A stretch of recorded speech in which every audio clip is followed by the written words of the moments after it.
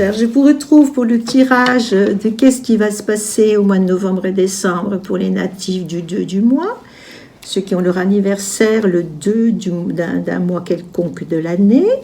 Donc nous allons regarder qu'est-ce qui va se passer pour eux à la fin de l'année 2022. Et nous allons donc tirer 7 lames.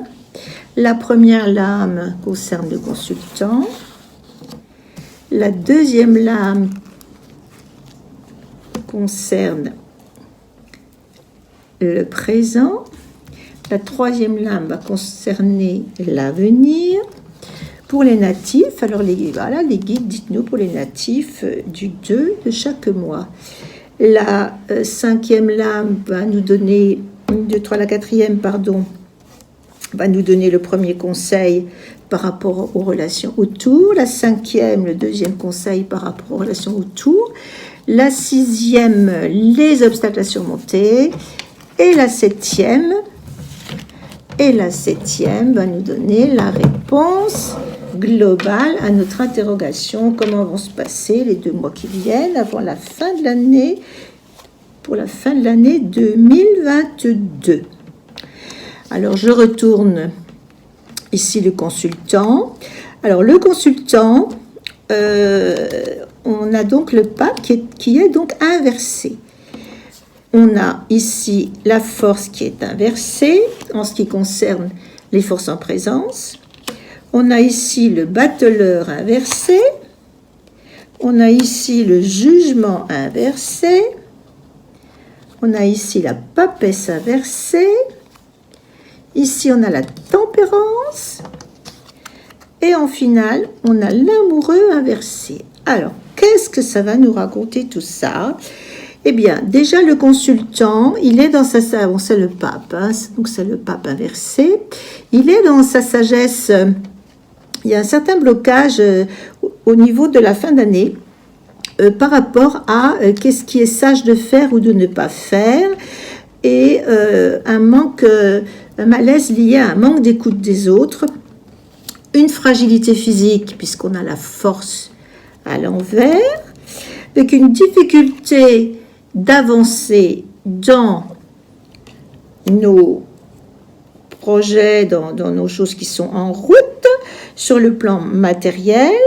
Et puis le jugement à l'envers nous indique que on est en train de faire le point qu'en final, ça va pas trop bien dans notre histoire de vie pour l'instant et qu'effectivement, on a besoin de tirer les leçons du passé. Qu'est-ce qui se passe dans cette histoire ? Alors ici, notre papesse arrive ici. Elle est dans les avis et les attitudes de l'entourage. Elle est donc à l'envers. Donc la papesse n'est pas dans elle regarde l'avenir et elle se demande qu'est-ce qui est sage de faire par rapport à tous ces blocages ici. Et puis, les obstacles à surmonter, ou les choses, voilà, les obstacles à surmonter, c'est la communication. Donc, le conseil ici pour la fin d'année, c'est que pour débloquer tout, pour tirer profit avec sagesse de ce qui se passe ici dans les blocages, ça passera par la tempérance, par travailler la tempérance et la communication avec son entourage, donc se remettre en cause par rapport à la communication. Et puis, ici, la réponse générale, c'est qu'il va falloir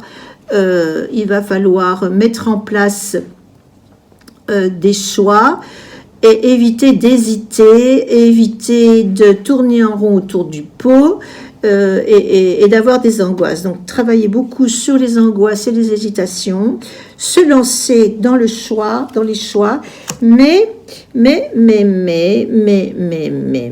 savoir que tout ce qu'on a ici qui est à l'envers peut se retourner très facilement, à savoir la sagesse peut, les idées, les conseils ou les conseils des guides intérieurs peuvent revenir, la force physique peut revenir, la mise en route de l'action, des projets, des choses qu'on a à faire mise en route, et on va pouvoir tirer profit de ces blocages dans les conditions où on va ouvrir à la communication.